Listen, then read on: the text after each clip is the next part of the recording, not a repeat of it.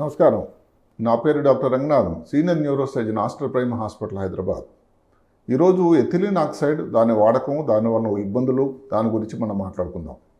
Ethylene oxide అనే రసాయనం గత 85 సంవత్సరాల నుంచి వాడకంలో ఉంది.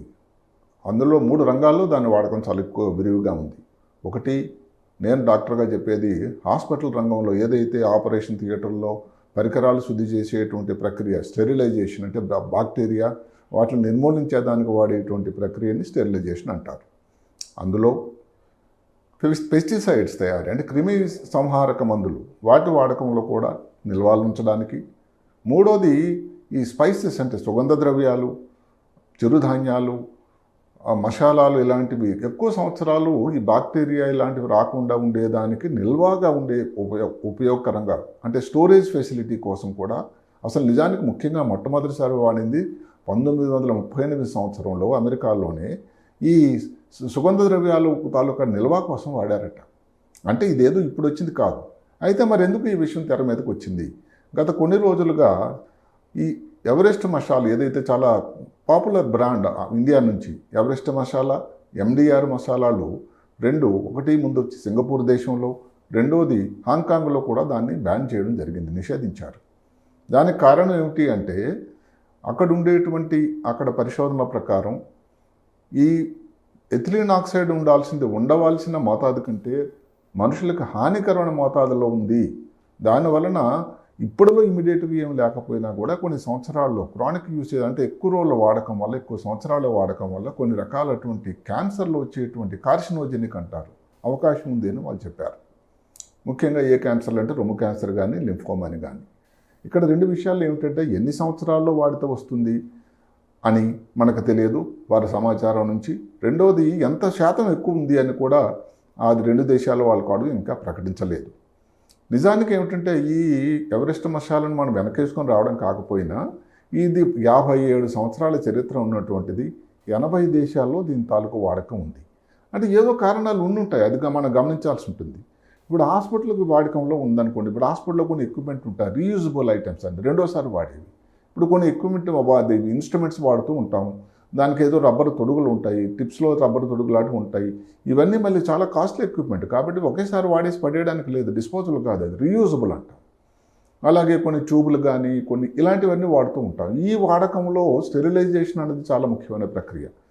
రెండో పేషెంట్గా వాడేటప్పుడు క్యాత్ ల్యాబ్లో కానీ, ఆపరేషన్ థియేటర్లో కానీ, కార్డియక్ సర్జరీలో కానీ, న్యూరో సర్జరీలో కానీ ఉండేటువంటి ఈ కార్టరీ వ్యానవి లేకపోతే షంట్ ట్యూబ్స్ ఇలాంటి వాటిల్లో ఇది వాడుతూ ఉంటాం. ఇది వాడినప్పుడు ఏమిటి, దానివల్ల ఈ బాక్టీరియా అనేది పూర్తిగా నిర్మూలన చేసి పేషెంట్కి ఏమాత్రం కూడా హాని జరగకుండా ఉండేటువంటి చాలా గొప్ప ప్రక్రియ. ఇది గత 40 సంవత్సరాల నుంచి ప్రపంచం అంతా వాడుతూ ఉన్నారు.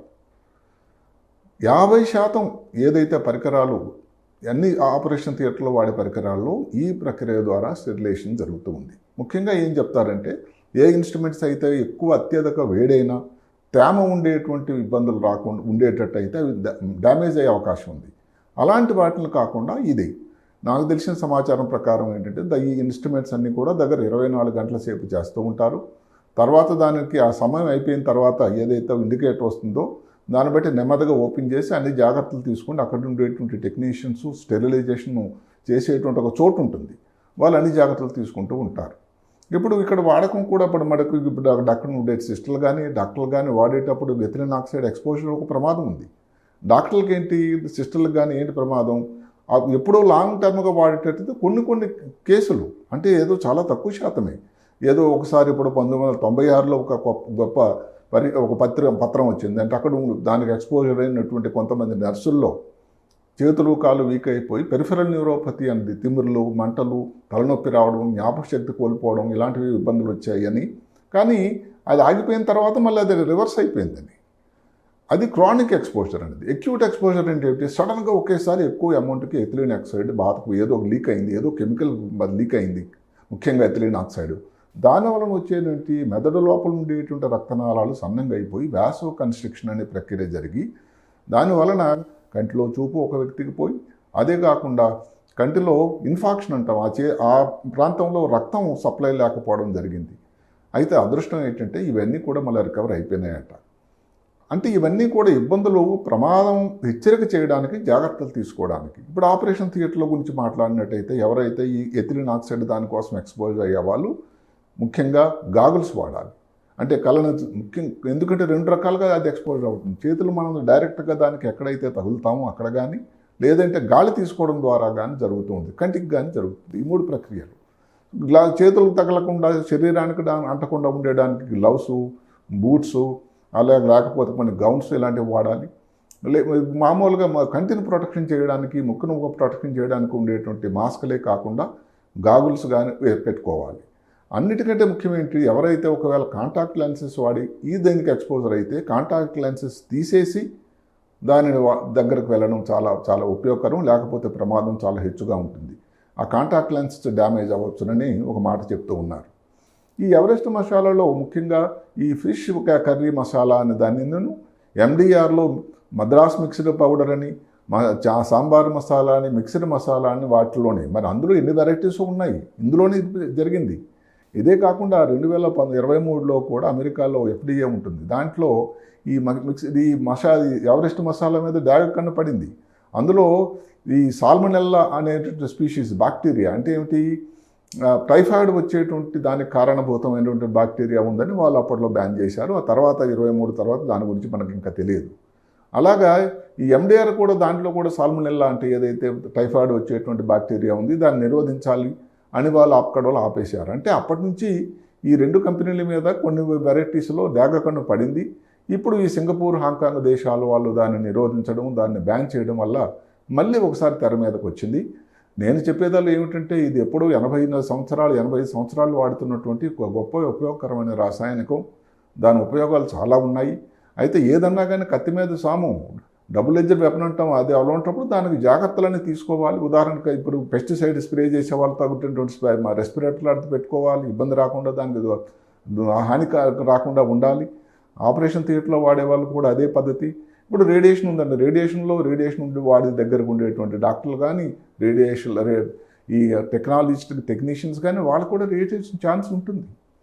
ఈ రేడియేషన్ కోసం ఒక రేడియోమీటర్ ఒక చిన్నది ఒకటి ఉంటుంది. అంటే ఎంత రేడియేషన్కి ఒక వ్యక్తి నెలలో ఎక్స్పోజ్ అయ్యాడు, 2 నెలల్లో ఎక్స్పోజ్ అయ్యాడు అని ఒకటి ఉంటుంది.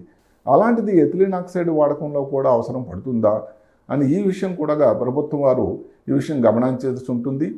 ఎథిలిన్ ఆక్సైడ్ వాడకం ఎంత ఉందో ఉపయోగమో దానివల్ల ఇబ్బందులు కూడా ఉన్నాయి. కాబట్టి మన భారతదేశంలో కూడా ఇలాంటి ఈ మసాలాలు వీటిల్లో దాని మీద ఎంత ప్రమాదం ఉంది అనేటువంటి పరిశోధన చేసి దాని మీద చర్యలు కూడా ICMR వాళ్ళు తీసుకోవాల్సిన అవసరం కూడా ఉంది.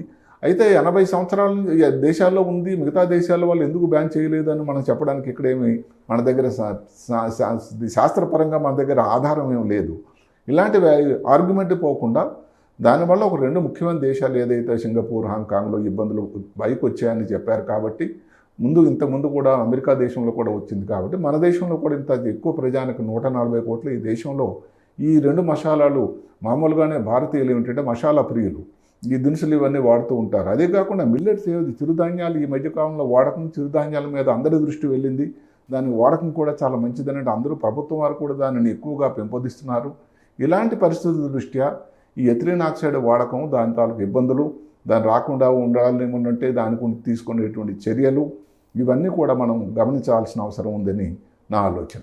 ఎథిలిన్ ఆక్సైడ్ తాలూకా వాడకం తాలూకా ప్రమాణికాలు ఏమిటి అని అంటే 0.1 నుంచి 5 ppm, అంటే ppm అంటే ఒక మాట చెప్పుకుంటాం, పార్ట్స్ పెర్ మిలియన్ అని. అంటే ఒక పెద్ద పదార్థంలో దానికి ఎన్ని పార్ట్స్ ఉన్నాయి అని. అంటే మనం కొన్ని లీటర్లు తీసుకున్నాం అనుకోండి, దానిలో 5 ppm అంటే మిలియన్ వంతని, అంటే ఇంత తక్కువ మోతాదు కూడా సరిపోతూ ఉంటుంది అని ఇలాంటి ప్రామాణికాలు అన్ని దేశాల్లో ఉన్నాయి. ఎక్స్పోజర్లో 2 రకాలు ఉన్నాయి, ఎక్యూట్ అని క్రానిక్. అంటే ఏ టైంలో, ఎలాంటి సమయాల్లో, ఏ పద్ధతిలో ఈ ఎథిలిన్ ఆక్సైడ్కి మనం దానికి ఎక్స్పోజ్ అవ్వచ్చు. ఒకటి ఏమిటంటే చర్మం తగలడం వల్ల ఇందాక చెప్పుకున్నట్టు కానీ, కంటికి కానీ, లేకపోతే ఆహారం తీసుకునేటువంటి మసాలాల ద్వారా కానీ.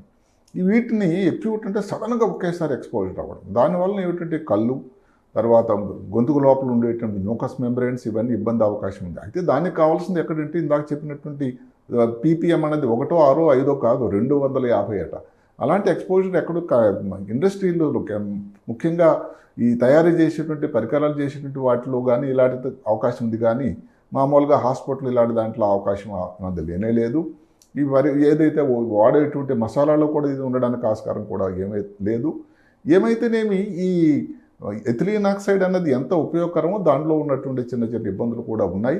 జాగ్రత్తల్లో ముఖ్యంగా మళ్ళీ ఇంకోసారి చెప్తున్నాను నేను ఏంటంటే, గాగుల్స్ కానీ గ్లవ్స్ కానీ కాంటాక్ట్ లెన్స్ ఉండే వాళ్ళ దగ్గరికి వెళ్ళకూడదు, మాస్క్ పెట్టుకోవాలి. ఈ కోవిడ్ టైంలో ఒక ఎక్విప్మెంట్ వాడేవాళ్ళం. పర్టికులర్గా ఎవరైతే స్టెరిలైజేషన్ రూమ్లో వాడేవాళ్ళు, అక్కడ ఉండేటువంటి టెక్నీషియన్లు నిపుణులు ఈ PPE the personal protection equipment Covid టైంలో అందరూ వాడేవాళ్ళం. అదే రెస్పిరేటర్ పెట్టుకోవడం, గాలి తీసుకోవడానికి మామూలు మాస్క్ అయితే సరిపోవచ్చును. ఇలాంటి ఎక్విప్మెంట్ వాడినట్టయితే ఈ ఎక్విప్మెంట్ దీని తాలూకా శుద్ధి చేసేటువంటి కార్మికులు వాళ్ళకు కూడా ఇలాంటి ఇబ్బందులు రాకుండా ఉండడానికి ఆస్కారం ఉంటుంది. ఏదైతేనేమి ప్రివెన్షన్ బెటర్ దాన్ క్యూర్. అంటే ఇబ్బందులు వచ్చిన తర్వాత దాన్ని వైద్యం చేయడం కన్నా ఈ రాకుండా ముందు జాగ్రత్తలు తీసుకున్నట్టయితే మానవాళికి ఏమి హాని జరగదని నా ఆలోచన.